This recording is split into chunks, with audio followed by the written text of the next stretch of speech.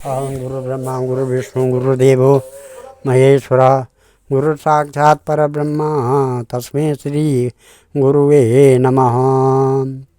ओम आदो देवकी देवगर्भजननं गोपीगृहवर्धनं मायापूतनजीवतापहरणं गोवर्धनो धारणं कंसच्छेदनकौरवादिहननं कुन्तीसुतापालनम् एतत् श्रीमद्भागवतं पुराणकथितं श्रीकृष्णलीलामृतं निगमकल्पतरोर्गलितं फलं शुकमुखाद्रव अमृतसंयुतं पिबत भागवतं रसमालया मुहुरहो रसिका भुवि भावुका। श्रीमन्नारायण नारायण नारायण भजवन नारायण नारायण नारायण लक्ष्मी नारायण नारायण नारायण बद्री नारायण नारायण नारायण। बोलो नारायण भगवान की जय। भगवान श्री कृष्ण नारायण भगवान के चरण कमलों में नतमस्तक होकर के गुरु श्री सुखदेव जी, गुरु श्री व्यास जी, गुरु श्री सुखदेव जी, मैत्रेय जी और नारद जी के चरणों में नतमस्तक होकर के और महाराज परीक्षित जी के चरण कमलों में नतमस्तक होकर के हम ये श्रीमद् भागवत तृतीय स्कंद के 11वां अध्याय शुरू करने जा रहे हैं, जिसमें कल आपने 10 प्रकार की सृष्टि का वर्णन, मंत्र काल विवाह का वर्णन है। काल विवाह का वर्णन है जो इस प्रकार है। मैत्रेय उवाच चर्म सद्दुदेशाणम् अनेको संयतो सदा परमाणु स्वविज्ञेयो नृणाम् एकं ब्रह्मो यथा सत एव पदार्थस्य स्वरूपा वा स्थितस्य यत् कैवल्यं परमं महान् विशेषो निरन्तरा एवं कालो अप्योनुमिता सूक्ष्मे स्थूले च सत्तमा संस्थानभुक्ता भगवान् अव्यक्तो व्यक्तभुग् विभु स काल परमाणुर्वे भुक्ते परमाणुत्तां सतो विशेषभुग्यस्तु स काल परमो महान् अणुर्दो परमाणु शात्र सरेणुस्त्रयः स्मृताः जालार्करश्म्यवगता खमेवाणुपतत्रगात। मंत्रादि काल विभाग का वर्णन इस प्रकार है। श्री मैत्रेय जी कहते हैं, विदुर जी, पृथ्वी आदि कार्य वर्ग का जो सूक्ष्मतम अंश है, जिसका और विभाग नहीं हो सकता तथा जो कार्य रूप को प्राप्त नहीं हुआ है और जिसका अन्य परमाणुओं के साथ संयोग भी नहीं है, वह उसे परमाणु कहते हैं। इन अनेक परमाणुओं के परस्पर मिलने से ही मनुष्यों को भ्रमवश उनके समुदाय रूप एक अवयवी की प्रतीतता होती है। यह परमाणु, जिसका सूक्ष्मतम अंश है, अपने सामान्य स्वरूप में स्थित उस पृथ्वी आदि कार्यों की एकता, समुदाय अथवा समग्र रूप का नाम परम महान है। इस महान उसमें न तो प्रलय आदि अवस्था भेद की स्फूर्ति होती है, न नवीन प्राचीन आदि काल भेद का भान होता है और न घटादि पटादि वस्तु भेद की ही कल्पना होती है। साधु श्रेष्ठ, इस प्रकार यह वस्तु के सूक्ष्मतम महत्तम और स्वरूप का विचार हुआ है। इसी के सदृश्य से परमाणु आदि अवस्थाओं में व्याप्त होकर व्यक्त और पदार्थों को भोगने वाला सृष्टि आदि से समर्थ अव्यक्त स्वरूप भगवान काल की भी सूक्ष्मता और स्थूलता का अनुमान किया जा सकता है। जो काल प्रपंच परमाणु जैसी सूक्ष्म अवस्था में व्याप्त रहता है, वह अत्यंत सूक्ष्म है, और जो सृष्टि से लेकर प्रलय पर्यंत उनकी सभी अवस्थाओं का भोग करता है, वह परम महान है। 2 परमाणु मिलकर एक अणु होता है और 3 अणुओं के मिलने से एक तरस ऋण होता है और झोरोके में से होकर आई हुई सूर्य की किरणों के प्रकाश में आकाश में उड़ता देखा जाता है। ओम नमः त्रसेणोत्रिकं भुक्ते स काल स त्रुटि स्मृता शतभागस्व वेद स्याते स्त्रीभिस्तु लवस्मृता निवेश त्रिलभो ज्ञेय आमृतस्ते त्रयक्षण क्षणानां पंचविदु काष्ठां लघुता 10 पंचचा लघूनि वे समग्नाता 10 पंच च नाडिका ते द्वे मूर्तप्रहर खड्याम सप्तवर्णिनां द्वादशार्धपलोन्मानं चतुर्भिः चतुरङ्गुलेः स्वर्णमासे कितच्छिद्रं यावत् प्रस्थालुप्रुताम् यामांश्चत्वारो मर्त्यानां महनी उभे पक्ष पंचदशाहन्यहानि शुक्लकृष्णस्य मानदा तयो समुच्चयो मासा पितॄणां तदहर्निशं दोनावृतु खडयनं दक्षिणं च उत्तरं दिवि आयने चाहनि प्राहुर्वत्सरो 12 स्मृतिः संवत्सरे असरं शतं नृणां परम आयुर्निरूपितं ग्रहार्च तारा चक्रस्थ परमाणुवताक जगत् संवत्सरावसानेन परेत्या निमिषो विभु संवत्सर परिवत्सर इडा वत्सर एव च अनुवत्सरो वत्सरस्य विदुरेवं प्रभाषते।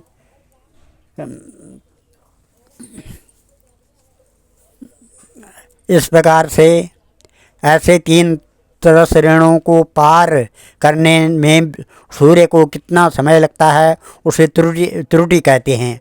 इससे 200 गुना काल वेद कहलाता है और 3 वेद का एक लब होता है।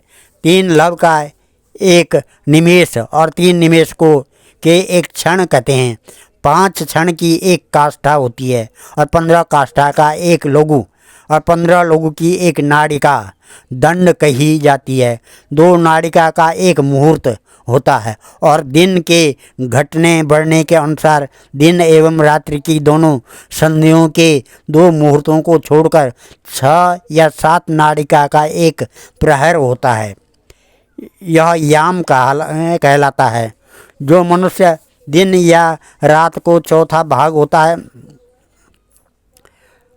6 पल तांबे का एक ऐसा बर्तन बनाया जाए जिसमें एक प्रस्थ जल आ जा सके और 4 मासे सोने की 4 अंगुल की लंबी सलाई बनवाकर उसके द्वारा उसे उस बर्तन के 6 पेंदे में छेद करके उसे जल में छोड़ दिया जाए। जितने समय में एक प्रस्थ जल उस बर्तन में भर जाए वह बर्तन जल में डूब जाए उतने ही समय को एक नाड़िका कहते हैं। विदुर जी 4 पहर के मनुष्य के दिन और 4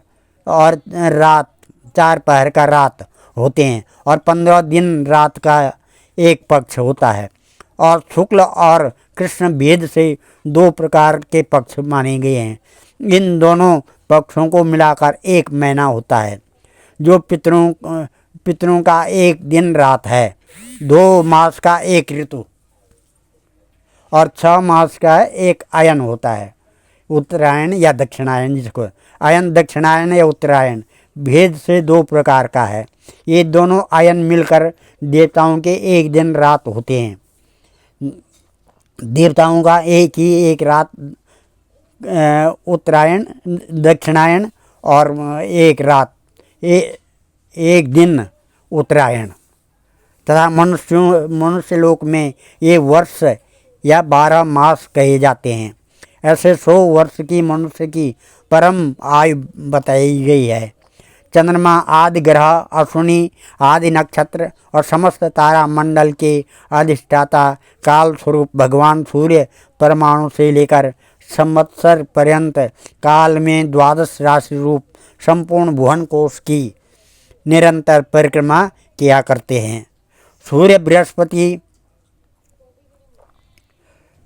बृहस्पति श्रवण चंद्रमा और नक्षत्र संबंधी महीनों के भेद से यह वर्ष ही संवत्सर परिवत्सर ईड़ावत्सर अनुवत्सर और वत्सर कहा जाता है। यः सृज्य शक्तिपुरमुरदो छसयत् स्वशक्त्या पुंसो भ्रमाय दिविधावति भूतवेदा कालाख्यया गुणमयं क्रतुभिर्वितन्वं तस्मै बलिं हरत वत्सर पंचकाया। विदुर जी, इन 5 प्रकार के वर्षों की प्रवृत्ति करने वाले भगवान सूर्य की तुम उपहारादि समर्पित करके पूजा करो। ये सूर्यदेव पंचभूतों में से तेज स्वरूप हैं। अपनी काल शक्ति से बीज आदि पदार्थों की अंकुर उत्पन्न करने की शक्ति को अनेक प्रकार से कार्योन्मुख करते हैं।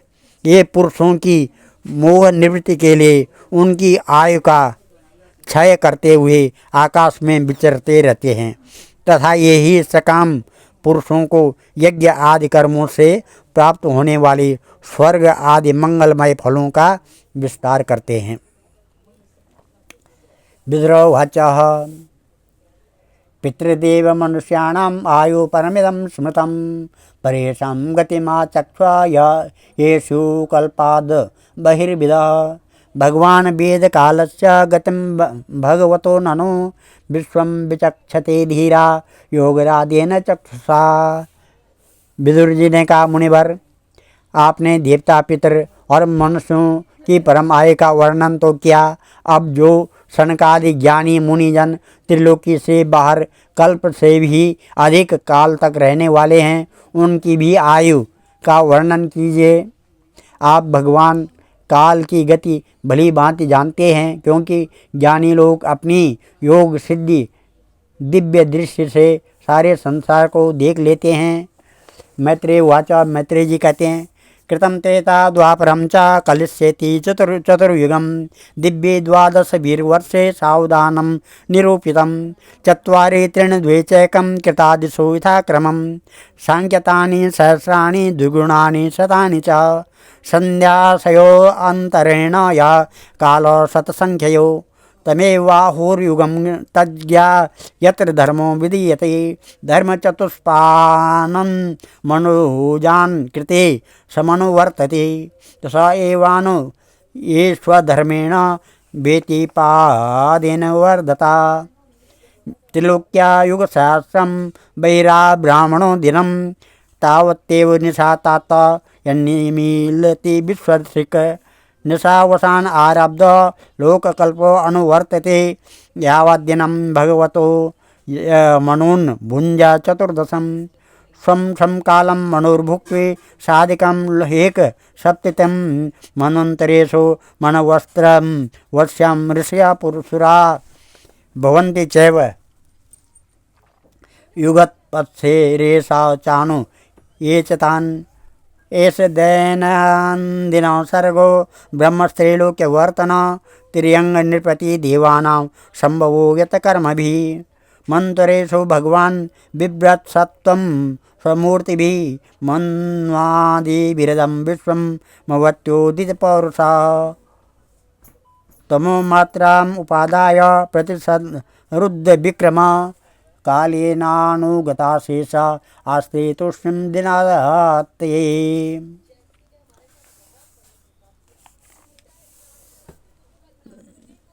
मैत्रेय जी कहते हैं, विदुर जी, सत्ययुग, त्रेता, द्वापर और कलियुग, ये 4 युग अपनी संध्या और संध्यांश के सहित देवताओं के 12,000 वर्ष तक रहते हैं, ऐसा बतलाया गया है।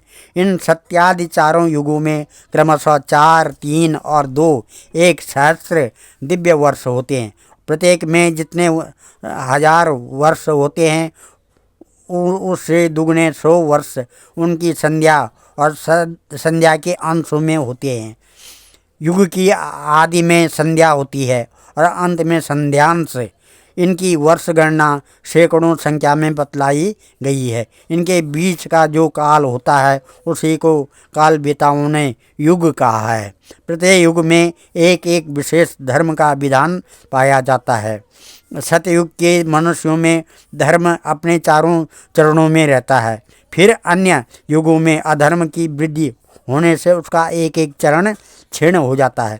प्यारे विदुर जी, त्रिलोकी से बाहर महलोक से ब्रह्मलोक पर्यंत यहाँ की 1000 चतुर्युगी का एक दिन होता है और इतनी ही बड़ी रात्रि होती है जिसमें जगतकर्ता ब्रह्मा जी शयन करते हैं। उस रात्रि का अंत होने पर इस लोक का कल्प आरंभ होता है। उसका क्रम जब तक ब्रह्मा जी का दिन रहता है तब तक चलता रहता है। उस एक कल्प में 14 मनु हो जाते हैं। 14 मनु हो जाते हैं। प्रत्येक मनु 71 चतुर्युगी से कुछ अधिक काल तक अपना अधिकार भोगता है। प्रत्येक मनोन्तर में भिन्न भिन्न मनुवंशी राजा लोग, सप्तर्षि, देवगण, इंद्र और उनके अनुयायी गंधर्व आदि साथ साथ ही अपना अधिकार भोगते हैं। यह ब्रह्मा जी की प्रतिदिन की सृष्टि है जिसमें तीनों लोकों की रचना होती है। उसमें अपने अपने कर्मानुसार पशु पक्षी, मनुष्य, पितर और देवताओं की उत्पत्ति होती है। इस मनंतरों में भगवान सत्वगुण आश्रय लिए अपनी मनु आदि मूर्तियों के द्वारा पौरुष प्रकट करते हुए इस विश्व का पालन करते हैं। काल चक्र में जब ब्रह्मा जी का दिन बीत जाता है तब वे तमोगुण के संपर्क को स्वीकार कर अपने सृष्टि की रचना रूप पौरुष को स्थगित करके निश्चेष्ट भाव से स्थित हो जाते हैं। तमेवान व विधीयन्ते लोका भूरादयस्त्रया निशायाम अनुवृत्तायाम निर्मुक्शक्ति श्री भास्करम त्रिलोक्याम दह्यमानायाम शक्त्या संकर्षण अग्निना यन्त्योष्मणाम महलोका जनम भिग्वादयोर्दिता तावत्रिभुवनं सद्य कल्पान्ते दितसिन्धव प्लावत्यन्त उत्काटा टोपचण्डावते ऋतोर्मयः अतः स तस्मिन् सलिलम् आस्ते अन्तासनो हरि योगनिद्रा निमीलाक्षा स्तूयमानो जनालये एवं विधेर अहोरात्रे कालगत्योपलक्षिते अपक्षितम् इवास्यापि परमायुः वयस्शतम् यदर्धम् आयुषस्तस्य पराधर्म विधीयते पूर्वापरार्धो उपक्रांतो ह्यापरोदय प्रवर्तते पूर्वाषादोपराधस्य ब्रह्मा नाम महानुभूत कल्पो यत्रा भवद्ब्रह्मा शब्द ब्रह्मेति यं विदुः तस्यैव चान्ते कल्पभूत यं पाद अभिचक्षते यद्वरेर्ना मिरस आविलोका सरोरुहा अयं तु कथितः कल्पो द्वितीयस्यापि भारत वाराह इदं विख्यातो यत्रासीत् शूकरो हरि कालोऽयं द्विपरार्धाख्यो निमिषो उपचार्यते अव्याकृतस्यानन्तस्य अनादि जगदात्मनः कालोऽयं परमाणादिर्द्विपरार्धान्तर ईश्वर नैवाश्रितं प्रभुर्भूम्ना ईश्वरो धाममानिनाम्। उस समय सारा विश्व उन्हीं में लीन हो जाता है। जब सूर्य और चंद्रमा आदि से रहित हुआ प्रलय रात्रि आती है तब वे भू भुव स्व तीनों लोग उन्हीं ब्रह्मा जी के शरीर में छिप जाते हैं। उस अवसर पर तीनों लोग शेष जी के मुख से निकली हुई अग्नि रूप भगवान की शक्ति से जलने लगते हैं। इसलिए उसके ताप से व्याकुल होकर भृगु आदि मुनीश्वरगण महलोक से जनलोक को चले जाते हैं। इतने में ही सातों समुद्र प्रलय काल के प्रचंड पवन से उमड़कर अपनी उछलती हुई उत्ताल तरंगों से त्रिलोकी को डुबो देते हैं। तब उस जल के भीतर भगवान शेष शाही योग निद्रा से नेत्र मूंद कर शयन करते हैं। उस समय जनलोक निवासी मुनिगण उनकी स्तुति किया करते हैं। इस प्रकार काल की गति से एक हजार चतुर्युग के रूप में प्रतीत होने वाले दिन रात के हेर फेर से ब्रह्मा जी की 100 वर्ष की परम आयु भी बीती हुई सी दिखाई देती है। ब्रह्मा जी की आयु के आधे भाग को परार्ध कहते हैं। अब तक पहला परार्ध तो बीत चुका है, दूसरा चल रहा है। पूर्व परार्ध के आरंभ में ब्रह्मा नामक महान कल्प हुआ था, उसी में ब्रह्मा जी की उत्पत्ति हुई थी। पंडित जन इन्हें शब्द ब्रह्म कहते हैं। उसी परार्ध के अंत में जो कल्प हुआ था उसे पाद्म कल्प कहते हैं। इसमें भगवान के नाभि सरोवर से सर्वलोकमय कमल प्रकट हुआ था। विदुर जी, इस समय जो कल्प चल रहा है वह दूसरे परार्ध का आरंभक बतलाया जाता है। यह वाराह कल्प नाम से विख्यात है। इसमें भगवान ने शूकर रूप धारण किया था। यह दो परार्ध का काल अव्यक्त अनंत अनादि विश्वात्मा श्री हरि एक निमेष माना जाता है। यह परमाणु से लेकर द्विपरार्ध फैला हुआ काल सर्वसमर्थ होने पर भी सर्वात्मा श्री हरि पर किसी प्रकार की प्रभुता नहीं रखता है। यह तो देहादि में अभिमान रखने वाले जीवों का ही शासन करने में समर्थ है। कालोऽयं परमाणुर्दि द्विपरार्धं ईश्वर नैवैषितं प्रभुर्भुम्ना ईश्वरो धाम मानिनां विकारे सहितो युक्तिर्विशेषाधिविरावृता अन्नकोशो बहिराव्यं पाञ्चशल्कोटिविस्तृता दशोत्तराधिक यत्र प्रविष्ट परमाणुवत् लक्ष्यन्ते अन्तर्गताश्चान्ये कोटिशो ह्यण्डराशया तदा हुरक्षरं ब्रह्मा सर्वकारणकारणं विष्णुर्धाम परम साक्षात् पुरुषस्य महात्मनः।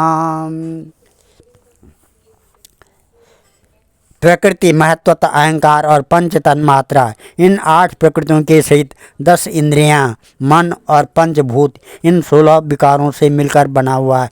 यह ब्रह्मकोश भीतर से 50 करोड़ योजन विस्तार वाला है तथा इसके बाहर चारों ओर उत्तरोत्तर 10-10 गुणे 7 आवरण हैं। उन सब के सहित यह जिसमें परमाणु के समान पड़ा हुआ दिखता है और जिसमें ऐसी करोड़ों ब्रह्मांड राशियां हैं, वह इन प्रधान आदि समस्त कारणों का कारण अक्षर ब्रह्म कहलाता है। और यही पुराण पुरुष परमात्मा श्री विष्णु भगवान का श्रेष्ठ धाम स्वरूप है। ओम नमः। आज हम इस अध्याय को कथा को यहीं पर विराम देते हैं। ये 11वां अध्याय समाप्त हुआ। कल 12वां अध्याय होगा। इसमें सृष्टि का विस्तार लिखा गया है। सृष्टि का विस्तार ब्रह्मा जी ने किस प्रकार किया था। ओम नमः ध्येयं सदा परिभवग्नमविष्टदोहं तीर्थात् पदं शिवभिरञ्चनुतं शरणं भृत्यातिहं प्रणतपालभवाब्धिपूतं वन्दे महापुरुषते चरणारविन्दं। श्रीकृष्ण गोविंद हरे मुरारे, हे नाथ नारायण वासुदेवा, हे नाथ नारायण वासुदेवा, हे नाथ नारायण वासुदेवा।